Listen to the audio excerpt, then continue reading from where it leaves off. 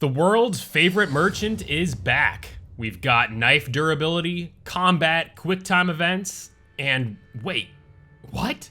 Steam changed the release date? Oh my god!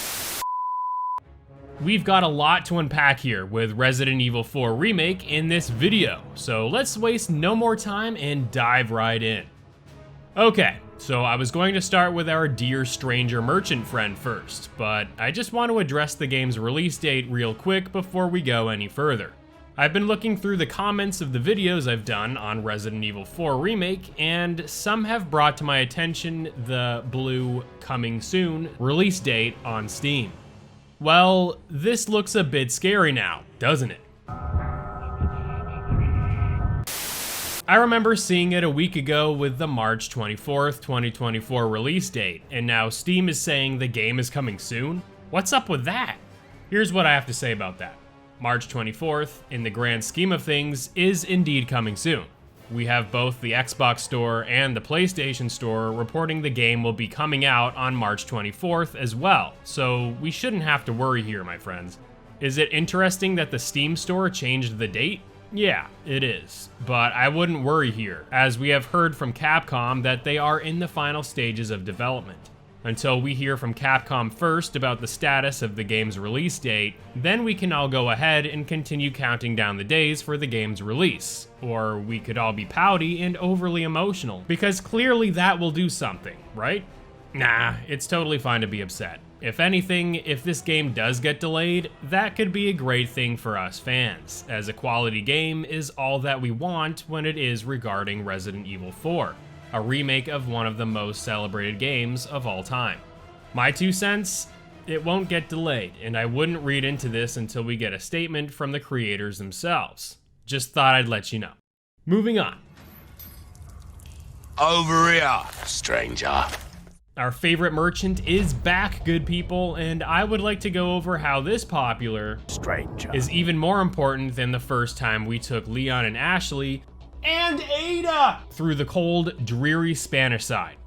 Right off the bat, we got a voice change. This lovely, albeit strange, merchant now sports a new variety of helpful tools for players to engage with, including a brand new trade section in which scavenged resources may be exchanged for extra items. And yes, a trusty, much requested laser dot sight just like the original.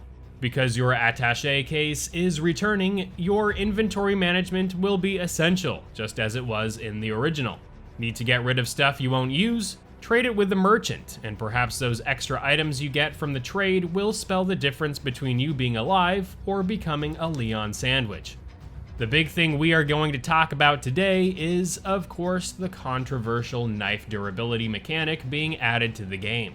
The original never had that mechanic, and so, conversely, introducing a mechanic in which your knife can be basically rendered useless if it loses all its durability is a big deal. Here at the Merchant, we can see that you can repair the knife you have, along with increasing the knife's durability and power. I love seeing that we can apply some extra power to our knife this time around in the remake, as knives in Resident Evil games tend to be quite weak, with the exception being if you were to use your knife against Jack Krauser here.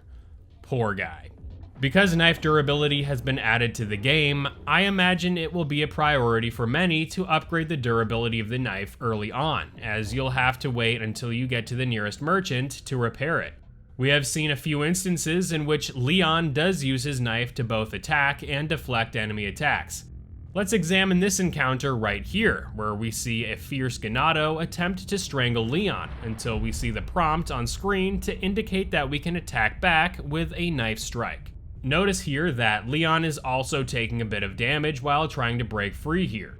Upon further examination of the knife's durability upon landing the attack, it looks like the use of the knife took away perhaps a fifth or fourth of the knife's durability, meaning we could essentially see Leon break free from a Ganado's attack 3 or 4 more times until its durability becomes depleted.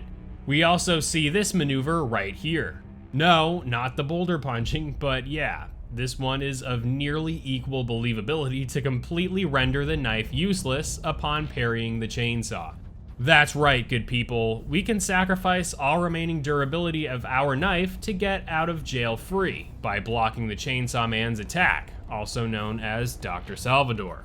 I read all the comments out there, every single one of them, and a large number of people are upset that this ability to parry Mr. Chainsaw is a bit too OP for the player and renders those tough enemies complete pushovers.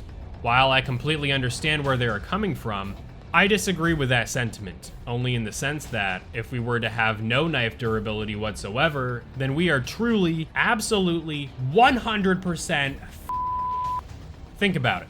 These Ganados are certainly more aggressive than the ones we fought in the original game, and with them grabbing you left and right and you having to break free of their attacks with your trusty knife, well, you know where I'm going with this.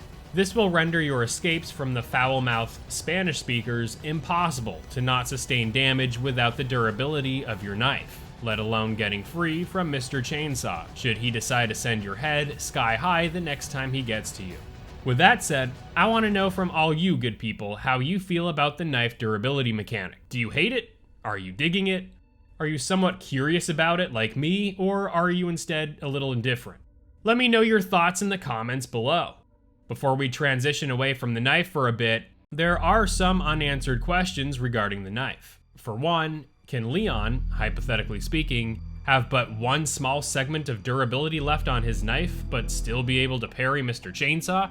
We can see here that he engages Chainsaw Man here with most of the knife's durability intact, but it is then quickly depleted after the chainsaw parry.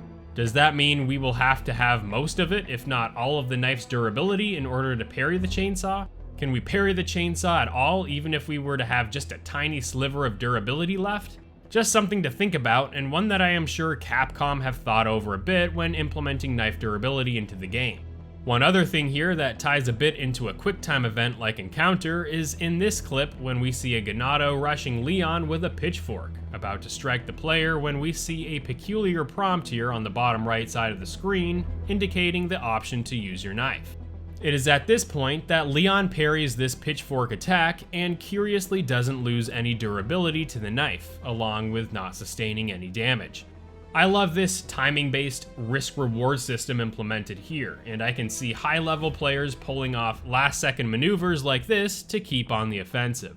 Talking about the game's QuickTime events real quick, we did confirm in an earlier video that cutscene QuickTime events are now a thing of the past, but that doesn't mean that QuickTime events aren't present in this game. You may have noticed that whenever an enemy grabs Leon, there is often a mash the X button to break free QuickTime event to get out of these precarious situations.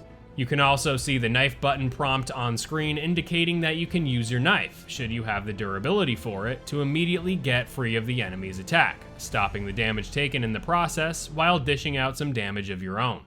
That's about the extent of the QuickTime events that we have seen in the game thus far, and we can expect similar combat QuickTime events potentially taking place in the future. Maybe even something like hacking away at the rope with your knife during the Del Lago boss fight. We'll just have to wait and see, but let me know in the comments below whether or not you are happy to see the cutscene QuickTime events disappear, and if you are happy that there are still some of these mechanics present in the game's combat. That was our deep dive look at the game's combat from what we have been shown so far. Now, I want to know from you all, what do you make of all the changes to the game's combat? Let me know your thoughts below.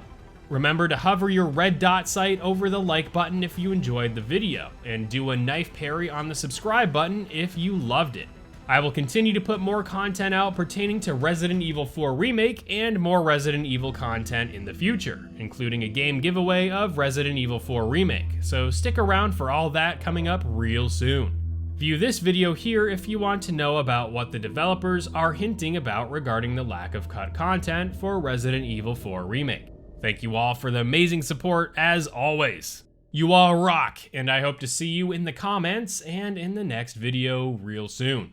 Peace.